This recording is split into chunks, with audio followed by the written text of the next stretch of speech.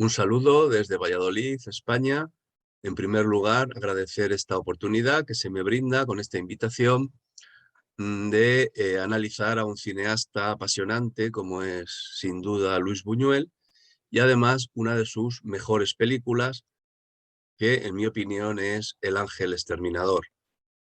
Para analizar la película y hacer algunos breves comentarios sobre ella, voy a utilizar una presentación a continuación. El Ángel Exterminador. Una película sin duda extraña, rara, que suscita muchas opiniones, muchas interpretaciones. ¿Cómo interpretarla? Desde luego, siempre la interpretación más fácil, en general, en casi todas las películas, es la ideológica, la política. La interpretación ideológica, en este caso, debe tener en cuenta la ideología de Luis Buñuel, que no era otra que el comunismo. Esto está perfectamente documentado ya desde hace más de 12 años. En concreto, desde que se publicó el libro de Román Gubert y Paul Hammond, Los años rojos de Luis Buñuel, se publicó en español en el año 2009, donde aportan un documento que se encontró en la Biblioteca Nacional de Francia, en París, en el año 2000, que es una carta dirigida por Luis Buñuel a André Breton, el líder del movimiento surrealista, el 6 de mayo de 1932, donde le confirma que estaba afiliado al Partido Comunista de España, desde hacía tiempo ya además. Y esta militancia en el Partido Comunista de España pues se mantuvo bastante tiempo.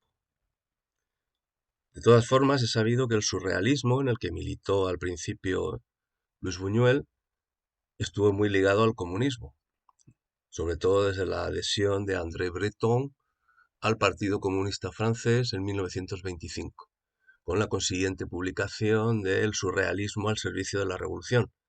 La vanguardia surrealista, como vanguardia artística, se ponía al servicio de la política. Aunque poco después, en 1933, Breton, Paul Éluard y Crevel fueron expulsados del Partido Comunista francés acusados de trotskistas, acusados de formar parte de una tendencia trotskista. Pero Buñuel siguió en España y luego en el exilio en México, relacionándose con el Partido Comunista de España. De hecho, cuando vino a rodar su primera película tras la Guerra Civil a España, Viridiana, en 1961, la productora y quien desarrolló el proyecto del rodaje de Viridiana fue Uninci, que era una productora ligada al Partido Comunista en la clandestinidad en esos momentos, y sobre todo al cineasta comunista Juan Antonio Bardem. Y la otra productora, Films 59 de Pere Portabella, pues también estaba ligada. Hay un testimonio que lo cuenta Agustín Sánchez Vidal, en su libro que es fundamental sobre Buñuel, de el escritor Juan García Hortelano. Juan García Hortelano todavía recuerda a los responsables culturales del Partido Comunista llevándole a ver a don Luis como premio por haber desempeñado sus responsabilidades de resistencia al franquismo con el debido celo. Por tanto, es indudable que Buñuel militó prácticamente toda su vida, durante gran parte de su vida, en el comunismo, y eso explica la interpretación más superficial de la película del Ángel Exterminador, donde quien sufre todo este proceso que la película supone de degradación y de desvelamiento de lo que hay en la condición humana más allá de las apariencias, es la alta burguesía, es la aristocracia, son las clases altas. La aristocracia, los nobles, ¿no? Los nobles, el apellido de los anfitriones nobles, los nobles y la alta burguesía. Están ahí todos representados, desde el ejército, empresarios y demás. Mientras que los sirvientes, la clase baja, huyen de la casa. Aquí en este plano, este contrapicado, vemos como dos de las camareras huyen al tiempo que en el fondo vemos como los miembros de la clase alta que vienen de la ópera eh, suben por las escaleras yendo hacia esa trampa, a ese eh, encerrona absurda que van a sufrir. Mientras que las clases bajas se libran de ella. ¿Y por qué se libran las clases bajas? Pues como dirá el mayordomo, ellos no sabían por qué. El mayordomo dice, no No sabían por qué, el caso es que sentían que se tenían que ir y se fueron. Y esto tiene que ver con lo que dice Carlos Marx en su escrito de 1859, una contribución a la crítica de la economía política, que el ser social, la clase social a la que se pertenece, en este caso a la clase obrera, a la servidumbre, el pertenecer a esa clase determina la conciencia. La conciencia de que se tienen que ir ahí, porque son clase obrera, tienen la conciencia de que se tienen que ir al revés. Ahí, y no al revés, y no al revés, y que es previamente la conciencia de ser de la clase obrera la que va a determinar esa pertenencia o ese estar incluido en la clase obrera. Por tanto, esto es algo totalmente ligado con la ortodoxia marxista, por así decirlo.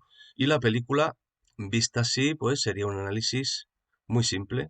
Es una crítica a la burguesía, a las clases altas. Sin embargo, eso me parece una interpretación totalmente, aunque es verdad que está ahí, pero en una película hay muchas cosas. Y eso me parece una interpretación totalmente facilona y excesivamente superficial, porque lo que nos interesa es pensar El Ángel Exterminador como obra de arte, y por tanto, en mi opinión, como obra de arte debe trascender el deseo del propio Buñuel, que sin duda lo tenía, como todos, ¿no?, de adoctrinar a los demás ideológicamente y moralmente.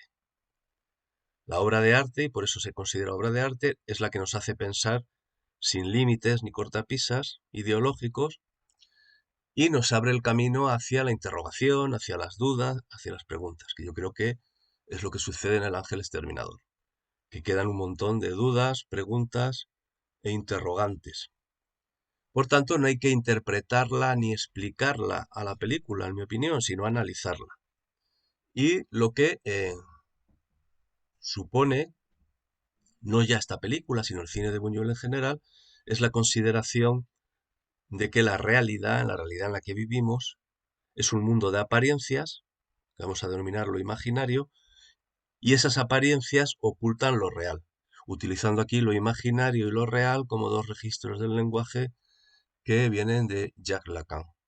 Aunque hay toda una tradición filosófica sobre esto, por supuesto, y la más clara es La caverna platónica, en su libro La República, un mundo de apariencias, de sombras, proyectadas, de engaños. Por tanto, lo que hace el artista, y en este caso Luis Buñuel, es romper, fracturar el artificio, romper la representación para que emerja eso que estaba tapado, eso que estaba oculto, que es lo real. Y en ese sentido, la clase alta aquí no es sino la manifestación de la clase más educada, la que ha tenido más posibilidades de educarse, la más civilizada, vienen de la ópera, escuchan una sonata de Paradisi, se recrean en la música clásica, hay un montón de citas cultas en las conversaciones de los personajes, son cultos, son civilizados, y por eso es la clase que mejor camufla en las apariencias, en estas apariencias, lo real de la condición humana. Por tanto, a Buñuel le interesa deshacer, fracturar lo que esta clase social representa para que debajo de ese leve barniz que es la civilización, que es la cultura, aparezca lo real de la condición humana. Ahora bien, como es un artista, lo tiene que hacer con técnica. Techné, techné en griego es lo mismo que ars en latín y ars es arte, ¿no? Arte. ¿Y cuál es la techné, la técnica del cine de Buñuel más importante, en mi opinión? Tiene muchas, por supuesto, pero la más importante es el uso del encuadre. En lo más característico en el cine de Buñuel es su uso del encuadre, que vamos a denominar encuadre entomológico. Él desde siempre estuvo muy interesado en el estudio de los insectos, entomología, y sádico. Y eso tiene que ver con lo que, como denominó André Bazin, el famoso teórico del cine francés, al cine de Buñuel, ¿no? El cine de la crueldad. Por este, en mi opinión, es por el uso, este uso del encuadre que podemos denominar así, entomológico y sádico.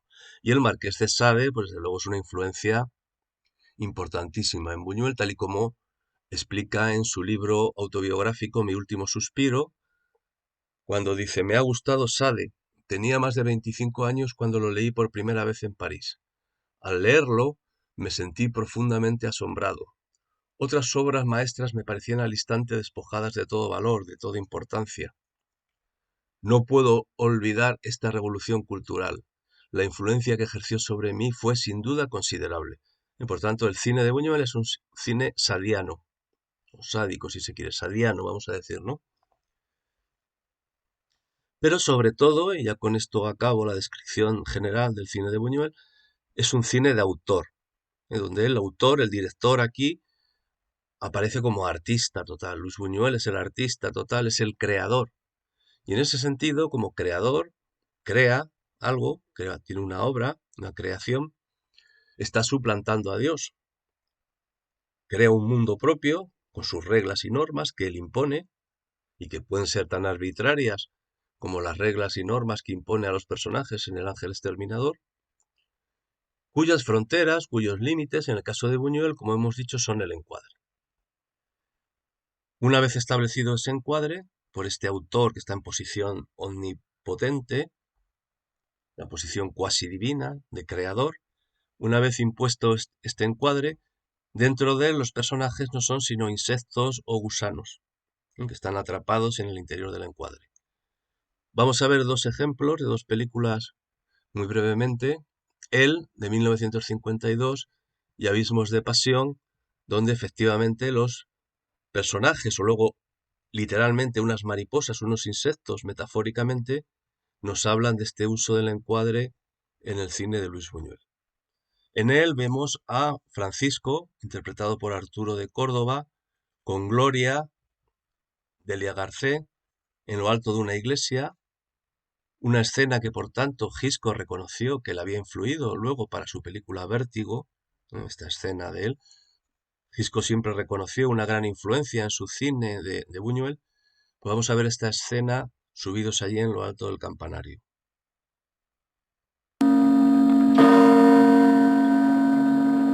Ahí tienes a tu gente. Desde aquí se ve claramente lo que son. Gusanos arrastrándose por el suelo. Dan ganas de aplastarlos con el pie. ¿Qué cosas dice Francisco? Eso es egoísmo puro. ¿Y qué? El egoísmo es la esencia de un alma noble. Yo desprecio a los hombres, ¿entiendes? Si fuera Dios, no los perdonaría nunca.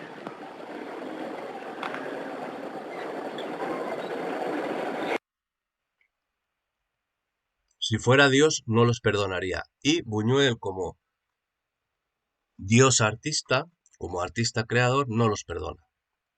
Los ve como en ese plano que hemos visto, en ese picado, ese plano general picado, como gusanos atrapados en el encuadre. O aquí el personaje de Eduardo, interpretado por Ernesto Alonso, en Abismos de Pasión, donde literalmente escenifica esto, ¿no?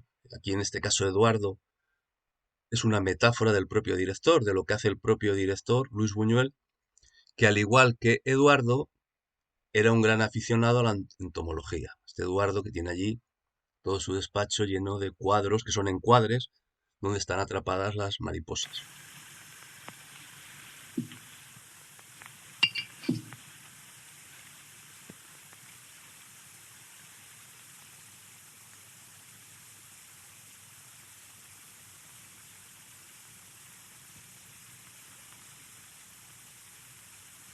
Eduardo, no hagas eso.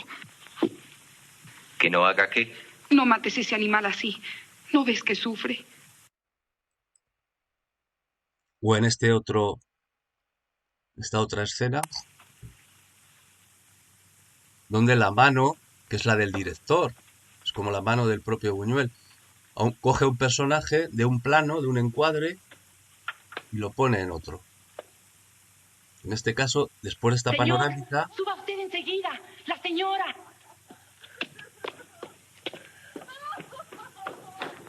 vemos estos marcos donde están atrapadas las mariposas como explícitamente como encuadres cinematográficos en los que están atrapados los personajes. Por tanto, esto es el ángel exterminador. El atrapamiento en el encuadre por decisión soberana del artista creador, de ese Dios omnipotente que es el director, en un cuadro. En ese cuadro del que huyen las criadas, pero en el que quedarán atrapados el resto de los personajes, generalmente con usos de reencuadres para subrayar todavía más este atrapamiento, este efecto de encuadramiento. Aunque el encuadre fundamental en el que van a quedar atrapados es esta embocadura, que es como un escenario teatral, esta embocadura de la habitación que no pueden atravesar, ¿no? Y que marca literalmente un límite, una frontera. ¿Por qué? Por decisión soberana del director, del creador. Hemos dicho que el creador, el director, impone su mundo, sus reglas, y en este mundo la regla es que los personajes, que son esos personajes y no pueden hacer otra cosa, no pueden transgredir el encuadre. Es algo muy cinematográfico, ¿no? Que los personajes no puedan transgredir el encuadre, no puedan salirse del encuadre. Este encuadre que aparece una y otra vez, marcando el límite que no pueden atravesar los personajes. Y en el que hay un ángel negro a su izquierda y un ángel negro a su derecha, marcando esa frontera. El ángel exterminador está aquí presente, marcando esa frontera, ¿no? Ahí lo vemos a la izquierda y a la derecha, los dos ángeles, y al fondo ese límite, ese encuadre, que es algo muy cinematográfico, es un elemento muy cinematográfico, pero que es lo que delimita el poder del director. Bueno, y esto no es ibris, esto no es lo que en la tragedia clásica se denominaba esa desmesura del hombre que quiere suplantar a Dios. Pues sí, podría serlo. Y de hecho tiene algo de eso, ¿no? La ibris del autor romántico, del autor total, del creador total, del artista que suplanta a Dios, se cree todopoderoso y curiosamente resulta bastante cruel con sus personajes, ¿no? Ahí tenemos en los títulos de crédito a Luis Buñuel, que aparece ya con el canto gregoriano de fondo en esta iglesia de estilo en gótico, aparece ya con ese motivo religioso ahí enmarcado, ya adoptando esa posición, y el siguiente plano será una alusión a la providencia, que literalmente es la intervención y el continuo cuidado que hace Dios sobre su creación. Luego la providencia sería la intervención y el continuo cuidado que hace el director sobre sus personajes. Pero curiosamente aquí esa providencia es sadiana, cruel. Y eso tiene que ver con algo que señala Max Out en un libro publicado en 1985, Conversaciones con Buñuel, donde pone en boca de Buñuel esto. Diría, más o menos como Sade, quisiera que Dios existiera para escupirle a la cara. ¿Por qué hacer sufrir a los animales? ¿Por qué hacer sufrir a los niños?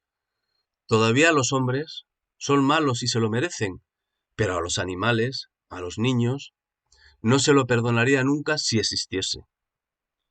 Por tanto, es un grito desgarrado el que hace aquí Buñuel, en mi opinión, más que ibris, más que soberbia, más que desmesura, es colocarse en esa posición, en la ficción de Dios omnipotente para hacer una denuncia de ese Dios que a él le parece cruel y que efectivamente incluso hace sufrir a los animales. Los corderos entrarán también en ese encuadre, serán atrapados y serán sacrificados, serán devorados. Sin embargo, y esto es lo que evita que Buñuel cayera en la ibris, lo cual para mí sería un error, si hubiera caído en esa soberbia, en esa desmesura, Buñuel no deja de rendirse una y otra vez, en sus películas y en El Ángel Exterminador, al misterio, a los misterios, y en concreto a los misterios y a los ritos del catolicismo, porque esto no lo podemos olvidar que Buñuel es un autor de cultura católica. Como él dijo, soy ateo gracias a Dios, al Dios de los católicos. Y esos ritos tienen que ver con esas repeticiones que, en mi opinión, se han malinterpretado en la película. En la película hay repeticiones, se repiten situaciones y momentos y demás, pero ¿por qué en los ritos hay repeticiones? Y voy a poner ahora un ejemplo, y con esto termino, de el uso de ese misterio, de un misterio fundamental, que es el misterio de la mujer y el misterio de la Virgen. Iremos a postrarnos a los pies de la Virgen, porque ella es la que nos sacará de aquí. Ella, la Virgen, es la que nos sacará de aquí. Y efectivamente, al final, hay un Te Deum en una iglesia donde preside, en el altar está la imagen de la Virgen.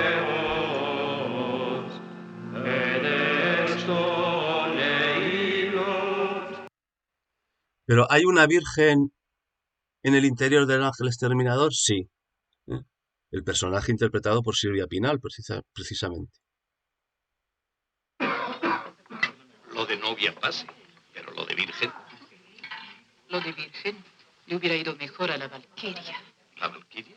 Sí, a Leticia. Yo la nombro así porque es fiera y virgen. ¿Virgen? ¿Pero usted cree? Dicen que todavía conserva ese objeto. Tal vez se trata de una perversión.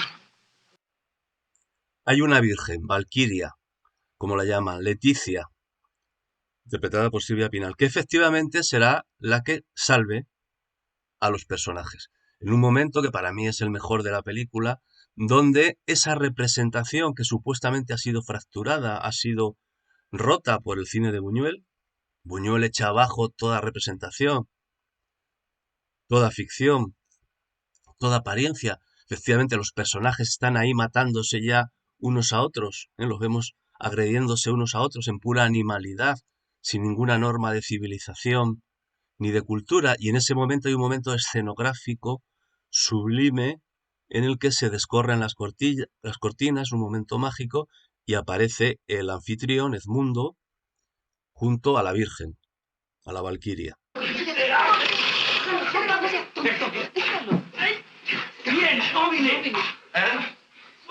Señores, no es necesaria la violencia. Ahí tenemos a este personaje, a Leticia, en esa posición, y a partir de aquí va a ser ella, la Virgen, la que los salve. Régis Debray, famoso escritor francés, comunista también, le dirigió el siguiente reproche a Buñuel mientras lo zarandeaba con despecho. No lo soporto a usted, Buñuel. Gracias a usted, la gente sigue hablando de la Santísima Trinidad y de la Inmaculada Concepción de María. Usted ha mantenido viva toda la cultura del catolicismo con sus malditas obsesiones. Yo le detesto, Buñuel. Bueno, pues precisamente por eso es por lo que yo adoro a Luis Buñuel y lo reivindico como un gran autor y un gran cineasta. Muchas gracias.